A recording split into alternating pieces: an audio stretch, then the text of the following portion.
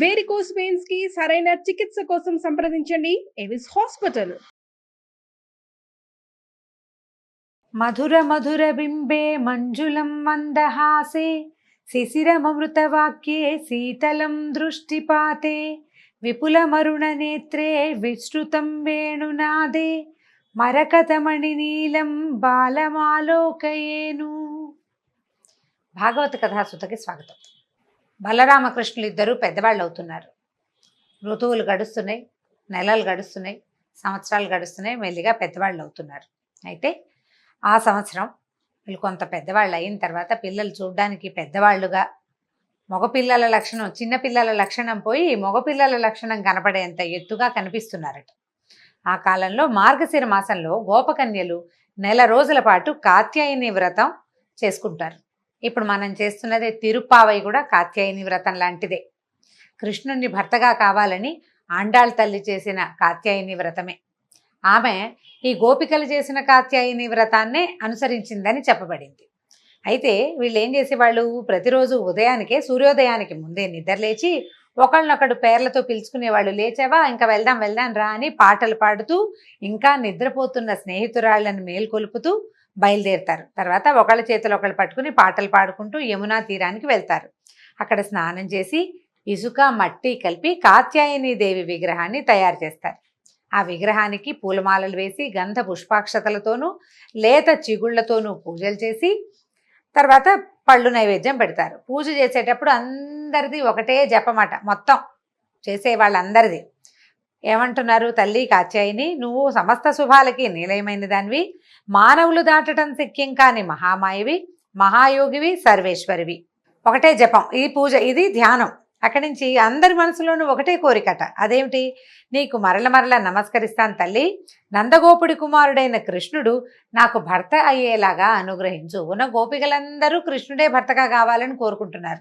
అది కూడా వీళ్ళు కోరేది ఒక్కావిడ్నే, అమ్మవారిని ఈ కోరిక కోరుతున్నారు. ఇలా ప్రార్థిస్తూ గోపకన్యలు శ్రద్ధాభక్తులతోటి కాత్యాయని వ్రతం ఆచరించారు. ఇంకొక 4-5 రోజుల్లో నెల రోజుల వ్రతం పూర్తవబోతోంది. అంటే ధనుర్మాసం చివరికి వచ్చేసిందనమాట. మార్గశిర మాసం చివరికి వచ్చింది అనుకుందాం పోని. వారు పాటిస్తున్న వ్రత విధానం కూడా సర్వాంతర్యామికి తెలిసింది. వాళ్ళు చేస్తున్న పొరపాట్లు సరిదిద్ది వాళ్ళకి వ్రత ఫలితం దక్కేలా చేయాలనుకున్నాడు. కృష్ణుడికి తెలుసు వీళ్ళు దేనికోసం వ్రతం చేస్తున్నారు అనేది.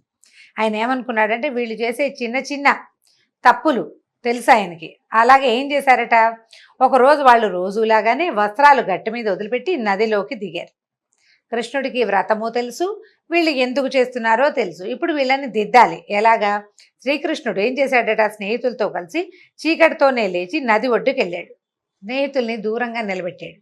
గుట్టగా పోసి ఉన్న గోపికల వస్త్రాలన్నీ చుట్టబెట్టి మూటగా కట్టి పక్కనే ఉన్న చెట్టు ఎక్కాడు. అక్కడి నుంచి ఆ కన్యల్ని ఇలా పిలిచాడట, ఓ కన్యలారా, మీరు వస్త్రాలు గట్టును వదిలి నదిలోకి దిగారు, మీ వస్త్రాలన్నీ ఇప్పుడు నా దగ్గర ఉన్నాయి, ఈ చెట్టు కిందకు వచ్చి మీ వస్త్రాలు తీసుకోండి అని పిలిచాడు. పిలిచేసరికల పైగా ఏమంటున్నాడు, ఒక్కొక్కరు వచ్చి కానీ అందరూ వచ్చి కానీ మీ వస్త్రాలు తీసుకోండి, ఈ చెట్టు దాకా వచ్చిన వాళ్ళకే వస్త్రాలు ఇస్తాను, ఇక్కడ దాకా వస్తాయి, మిమ్మల్ని నేనేమి అల్లరి పెట్టను, మాట తప్పను, కానీ చెట్టు దాకా రావాల్సిందే. గట్టు మీద యువతలికి ఉంది చెట్టు అంటే నీళ్ళల్లో నుంచి లేచి గట్టెక్కాలి, అదే లెక్క అనమాట. అక్కడి నుంచి శ్రీకృష్ణుడి కొంటితనం చూసి గోపికలు నవ్వుకున్నారు. కానీ ఎవ్వరూ నీళ్ళలో నుంచి బయటికి రాలా. మార్గశిర మాసం తెల్లవారుజామున చలి తీవ్రంగా ఉంటుంది.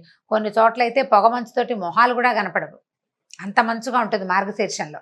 తర్వాత కంఠం దాకా మునిగి ఉన్నారు, మెడ లోతు దాకా నుంచుని ఉన్నారు. అందులో కొంతసేపటికి ఇంకాసేపు గడిచేసరికి ఏదో గబాబా కాస్త నీళ్ళల్లో మునిగినప్పుడు బాగుంటుంది, వెచ్చగా నదీ స్నానం చాలా హాయిగా ఉంటుంది. కానీ క్రమంగా గాలి వీస్తూ ఉంటే చలి తెలుస్తూ ఉంటుంది. ఎక్కువసేపు ఉండరు, స్నానం చేసి 2-3 మునుగులు మునిగి కృష్ణ గోవింద దామోదర అనుకుని బయటకు వచ్చేస్తారు. ఆ బయటకు వచ్చే అవకాశం లోపలే ఈయన తయారైపోయాడు ఇక్కడ పెద్ద మనిషి. అక్కడి నుంచి ఏమన్నారు, అందరూ ఆలోచించుకుని ఓ పక్కన చల్లేసేస్తుందని, నాయన కృష్ణ, నీ తండ్రి నందగోపుడు మన గోకులానికి రాజు, బాధ్యత గలవాడు, 10 మంది నమస్కరించే పూజ్యుడు, అతని కొడుకువైన నీకు ఈ ప్రవర్తన పనికిరాదు, నువ్వు ఇలా చేయకూడదు. మేము దేవతా పూజ కోసం నదిలోకి దిగాం, స్నానం చేసి పూజ చేసుకోవాలి, మరి చలికి వణికిపోతున్నాం, మా వస్త్రాలు మాకు ఇచ్చి అంటే గట్టు మీద పెట్టి నువ్వు వెళ్ళిపో, మేము తర్వాత వస్త్రాలు ధరించి పూజ చేసుకోవాలని చెప్పారు. చెప్పేసరికి అలా పైగా ఇంకా అంటున్నారు, మేము నీ దాసీలో, నువ్వు ఎలా చెప్తే అలా చేస్తాం, వస్త్రాలు మాత్రం ఇచ్చేయి ముందు, మరి రాజుగారి అబ్బాయికి రాజ్యంలో ఉన్న వాళ్ళందరూ దాసులే, ఎంతో కొంత, బాగా కాకపోతే కొంత అయినాను. కాబట్టి నువ్వు ముందు వస్త్రాలు అక్కడ పెట్టు, నువ్వు ఏది చెప్తే అది చేస్తాం, బట్టలు మాత్రం ఇచ్చేసేయమన్నారు. కృష్ణుడు పట్టిన పట్టు వదలలేదు. వదలక ఏమన్నాడంటే, నేను అసత్యం చెప్పను, మీరు అసత్యం చెప్పద్దు. ఇప్పుడు మీరు నాకు దాసీలమని చెప్పారు, మీరు అదే నిజమైతే నేను చెప్పినట్టు చేయాలి కదా, తర్వాత ఎప్పుడో చేయడం కాదు, ఇప్పుడే. నేను ఇప్పుడు ఏం చెప్తున్నాను, నదిలోంచి వచ్చేయండి బయటికి, చెట్టు దాకా రండి, అప్పుడు బట్టలు ఇస్తాను అన్నాడు. అనేసరికల్లా ఈ చెట్టు కిందకి వచ్చి తీసుకోండి అని చెప్పేస్తున్నాడు. ఈ కన్యలు చేసేది ఏమీ లేదు, ఎంతసేపో బతిమలాడారు, అడిగారు, బతిమలాడారు. ఏం బతిమలాడినా నవ్వుతాడు, మాట్లాడతాడు, కానీ ఒప్పుకోడు, అవతలకి వెళ్ళడు, ఆ బట్టలు వీళ్ళ వైపుకి పడేయడు. తను లేచి అక్కడి నుంచి వెళ్ళటం లేదు. ఇక బతిమాలి నీ మీ నాన్నకి చెప్తావు, మీ అమ్మకి చెప్తావు, అందరికీ చెప్పేస్తావు నీ సంగతి అన్నారు. అయినా సరే భయం లేదు అబ్బాయికి, కొంచెం కూడా భయపట్టలేదు, భయం లేదు. పైగా మీరు వస్తే ఇస్తానన్న పట్టుదల మీదే ఉండిపోయాడు. ఇక ఏమీ చెయ్యలేకపోయారు. బతిమాలి పైగా సూర్యోదయం అయితే మరీ కష్టం, అందరూ వచ్చేస్తారు, ఊళ్ళో జనం కూడాను. ఆ లోపల వచ్చి పూజ చేసుకోవాలి. సూర్యోదయం కాకుండా పూజకి మొదలు పెట్టాలి. సూర్యోదయం తర్వాత కూడా పూజ చేసుకోవచ్చు, మొదలెట్టాల్సింది సూర్యోదయం కాకముందు. ఇక ఎంతసేపు నీళ్ళల్లోనే ఉంటే ఈ వ్యవహారం ఎట్లా పోసుకుతుంది? సరే ఏం చేశారు, చేసేది ఏం లేక 2 చేతులతోటి సాధ్యమైనంత శరీరాన్ని కప్పుకుని నీళ్లలో నుంచి బయటకు వచ్చారు. నీటిలో ఉన్నప్పుడు తెలియని చలి బయటకు వచ్చాక బాగా తెలుస్తుంది. తడి వంటి మీద గాలి తగిలేసరికి వణుకు పుట్టిపోతుంది, వణికిపోతున్నారు. కృష్ణుడు ఏమన్నాడంటే, మీరు దృఢ నిష్ఠతోటి కాత్యాయని వ్రతం చేస్తున్నారు, అయినా కూడా ఏం చేశారు, పుణ్యక్షేత్రం, నదీ తీరం పుణ్యక్షేత్రం, వివస్త్రలుగా నీళ్లలోకి దిగారు. ఇది జలదేవతల పట్ల చాలా తీవ్రమైన అపచారం. దేవతలకి అపచారం, వివస్త్రలుగా స్నానం చేయకూడదు. ఇది ధర్మశాస్త్రం ప్రకారం కూడా ఒంటి మీద ఏదైనా నదీ స్నానము అవి చేసేటప్పుడు, మడుగులో దిగేటప్పుడు వస్త్రాలు లేకుండా దిగంబరులుగా ఎప్పుడూ నీళ్ళల్లోకి దిగకూడదు. స్త్రీలు కానీ పురుషులు కానీ ఒంటి మీద వస్త్రం ఉండాలి, దేవతలకి అపరాధం చేసినట్టు అవుతుంది. అప్పుడు ఏం చెప్పారు, ఆ దోషం పోవాలంటే మీరేం చేయాలి, 2 చేతులు జోడించి నెత్తి మీద పెట్టుకోండి, శిరస్సు మీద పైకి పెట్టాలి, గోవింద అన్నట్టు పెట్టాలన్నమాట. పైకి పెట్టి ఇక్కడికి వచ్చి శిరస్సు వంచి నమస్కరించి మీ వస్త్రాలు తీసుకోండి అన్నాడు. కన్యలు తాము చేసిన తప్పు తెలుసుకున్నారు, వాళ్ళకి అర్థమైంది తాము చేసింది పొరపాటు, ఇది చేయకూడని పనే. కాకపోతే ఏంటంటే ఈ చిన్నతనము, బాలప్రాయం అనకూడదు, కన్యప్రాయం అనుకోండి, ఆ వయసులో అడ్డు చెప్పేవాళ్ళు, ఎవరైనా చెప్పేవాళ్ళు లేకపోతే ఒక రకమైన ఇష్టారాజ్యపు ప్రవర్తన వస్తుంది. వీళ్ళు ఆ కాత్యాయని వ్రతం చేస్తే మీరు కోరిన భర్త లభిస్తాడు అన్న పెద్దల వాక్యాన్ని తీసుకుని నదీ స్నానం చేసి పూజ చేసుకోవాలి అనే వ్రత విధానాన్ని కూడా పెద్దవాళ్ళ దగ్గరే తెలుసుకుని చేయబోతున్నారు. చేసేది అదే కదా. కాకపోతే ఈ పెద్దలు చెప్పే మాటల్లో కొన్ని శుద్ధులు, కొన్ని సరైనవి, ఇది ముందు ఇది తర్వాత, కుడి ఎడమ, ఈ వివరం తెలుసుకోకుండా చేస్తే కనుక ప్రయోజనం లేదు, అపరాధాలకి గురవుతాం, అపరాధం అయిపోతుంది. ఇప్పుడు మనం కూడా చాలా చిన్న చిన్న పొరపాట్లు ఇలాంటివే చేస్తాం. దేవాలయానికి వెళ్ళాలని చాలా చక్కగా శ్రద్ధగా దేవాలయానికి వెళ్తారు, జుట్టు విరబోసుకుని వెళ్ళకూడదు, విరబోసుకుని వెళ్ళిపోతారు. ఏంటంటే ఇప్పుడు స్టైల్ అది, ఇప్పుడు మెథడ్ అది. ఇప్పుడు దేవాలయానికి వెళ్ళాలన్న పెద్దవాళ్ళ మాట ఎంత చక్కగా విన్నారో, ఆ రెండో మాట కూడా సరిగ్గా పవిత్రంగా జుట్టు కొసలు ముడి వేసుకోవాలి, లేదా చక్కగా జడేసుకోవాలి, వస్తువులు ఉండాలి, బోసి చేతులతోటి అట్లాగా బోసిగా మెడ అలంకారం లేకుండా దేవాలయాలకు వెళ్ళకూడదు. అలాంటివి పెద్దవాళ్ళు చెప్పినప్పుడు వీటన్నిటిని కూడా పాటిస్తేనే మనకి ఫలితం లభిస్తుంది. అలానాటి గోపికలకి కూడా పెద్దల మాట పూర్తిగా వినే లక్షణం ఉంది. ఇదంటే కొత్త ఏం కాదనమాట, అప్పుడు ఉంది, మన ముందు యుగంలో కూడా ఇలాంటి లక్షణాలు ఉన్నాయి. వివస్త్రలుగా నదిలోకి దిక్కకూడదని వాళ్ళకి తెలుసు. కాకపోతే ఏంటంటే తెల్లవారుజాము, ఇక్కడ ఎవ్వరూ లేరు, నిర్జనంగా ఉంది, మనమే, ఏమవుతుంది, ఎవరు చూస్తారు అని. ఎవరు చూస్తారని కాదు, చెయ్యకూడని పని చెయ్యకూడదు అంతే. ఎవరైనా చూస్తారని చేయటం, చూడలేదని పర్వాలేదు కాబట్టి చేసేయటము చేయకూడదు. అట్లా ధర్మం ప్రకారం ఇది పనికిరాదు, ఇది శాస్త్ర విహితము, శాస్త్ర విరుద్ధము అని విషయాలు మనకి తెలిసినప్పుడు శాస్త్రరీత్యానే ఎవరికి తెలియదు కదా అని కానీ, ఎవరు చూడరు కదా అని కానీ మన ఇష్టం వచ్చినట్టుగా ఇష్టారాజ్యపు ప్రవర్తన చేయకూడదు. మనం భాగవత రామాయణాది గ్రంథాలు కానీ పురాణాలు కానీ తెలుసుకునేది ఎందుకంటే ప్రధానమైంది ఇది చేయాలి, ఇది చేయరాదు. చేయకూడని పనులు చేస్తే ఎలాంటి దుష్పరిణామాలు ఎదురవుతాయో స్పష్టంగా తెలియజేయడానికి ఈ కథలు మనకి జ్ఞాపకం పెట్టుకోండి. నదీ స్నానం ఎక్కడైనా చెరువులో అక్కడ స్నానం చేసేటప్పుడు వస్త్రం లేకుండా చిన్నపిల్లల్ని కూడా దించకూడదు, పిల్లలకు కూడా వస్త్రం ఉంచాలి. అయితే ఏం చెప్తున్నాడు, దండం పెట్టండి అన్నాడు. దండం పెట్టి నడుచుకుంటూ వచ్చి తీసుకోవాలి. అక్కడి నుంచి కన్యలు తాము చేసిన తప్పును తెలుసుకున్నారు. వెంటనే కృష్ణుడు చెప్పినట్లే అతనికి నమస్కరించి 2 చేతులు నెత్తి మీద పెట్టుకుని వచ్చి దిగంబరంగా కృష్ణుడి వద్దకి నడిచి వచ్చి తమ వస్త్రాలు తీసుకుని దోష విముక్తులయ్యారు. ఇక్కడ చెప్తున్నారు చూడండి, కృష్ణుడు తాము చేసిన తప్పుని దిద్దాడు కానీ తమని చులకం చేయడానికి కానీ ఆట పట్టించడానికి కానీ హేళన చేయటానికి కానీ లేకపోతే అడ్వాంటేజ్ తీసుకోవటానికి కానీ చేయలేదు. ఇది గోపికా వస్త్రాపహరణ పిల్ల ఆడవాళ్ళ బట్టలు దొంగిలించాడు అనేది ఒక ఎంత బ్యాడ్ సెంటెన్స్గా పరిణమించేస్తుందంటే అది అసలు అప్పటికి ఆయన వయసు 10-11 సంవత్సరాలే, పెద్దవాడు కాదు. అయితే ఈ పెద్దవాడు కాని పసిబాలుణ్ణి వీళ్ళు భర్తగా ఎందుకు కోరుకున్నారు అంటే వాళ్ళ మానసిక దౌర్బల్యం అది. ఆయన అప్పటికి చిన్నవాడే, చిన్నపిల్లాడే, 10-11 సంవత్సరాలు, కొంచెం ఎదిగిన 10 ఏళ్ల పిల్లాడు. వీళ్ళకి ఏమిటంటే అతన్ని చూడడం, ఆయన లీలలు, అతను కదులుతుంటే ఆయన భగవంతుడు అవటం వల్ల ఆయన యొక్క పసితనం తెలిసేది కాదు, పెద్దవాడుగానే అనిపించేవాళ్ళు. ఇంకా ఈ పిల్లాడు పెద్దయ్యాకే మాకు పతి కావాలని కోరుకున్నారు వాళ్ళు, అదే ధోరణి అనమాట. అయితే ఈ భావాలు గ్రహించి సర్వజ్ఞుడైన స్వామి ఇలా చెప్పాడట, మీ మనసులో ఏముందో నాకు తెలుసు, అది వేరే విధంగా పరిణమించకుండా భక్తిగా పరిణమించాలి. ఇప్పుడు ఎవరెవరి వాంఛలు ఎలా ఉంటాయంటే, మనకి ఇది కావాలి, ఒక వస్తువు మనకి కావాల్సిన విధంగానే కావాలని కోరుకుంటాం, జనరల్గా జరిగేది అదే.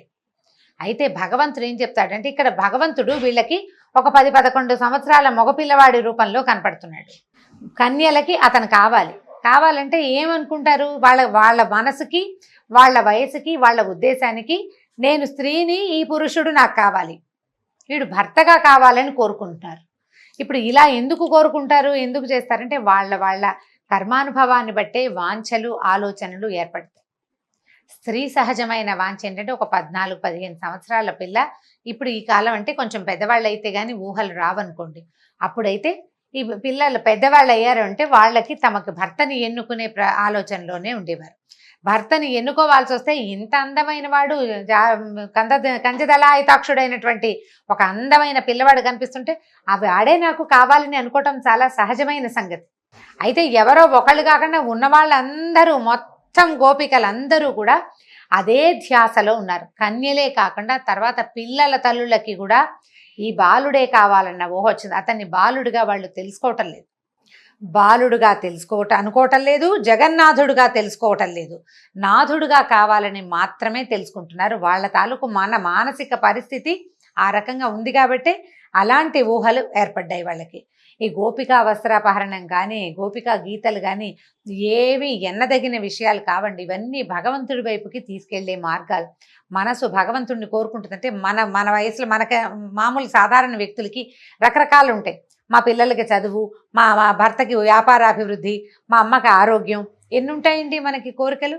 పిల్లలు చదువుకుని బుద్ధిమంతులై బ్రహ్మాండంగా ఉండి బాగా చదివేసుకుని బోల్డెన్ ర్యాంకులు వచ్చేసి, ఆ తర్వాత సీట్లు వచ్చి, ఆ పైన ఉద్యోగాలు వచ్చి, ఏ అమెరికావో ఆస్ట్రేలియావో వెళ్ళిపోయే అవకాశం వచ్చి, పిల్లలు బాగా సంపాదించుకుని ఎంత ఊహ చేస్తాం మనం కదా. అవన్నీ ఇస్తాడు ఆ దేవుడు, వరుసగా ఇస్తాడు. ఇప్పుడు మన వాంఛ ఏమిటి, మనకు తెలిసిన ఊహ నుంచి మనం ఆలోచిస్తాం. మనకు కూడా 1,00,000 ఉంటాయి, ఎన్నో కోరికలు ఉంటాయి భగవంతుడి మీద. మన కోరికలన్నీ లిస్టు చదివి చెప్పుకుంటాం. నువ్వు చదివినా చదవకపోయినా జరగాల్సింది జరక్క మాందు, ఎలాగూ జరుగుతుంది. ఇవాళ రోజున 5వ క్లాసులో ఉన్న పిల్లాడు 10 ఏళ్ల తర్వాత ఏ క్లాసులో ఉంటాడంటే లెక్క చెప్తాం, కానీ మనకు పరిస్థితి తెలీదు.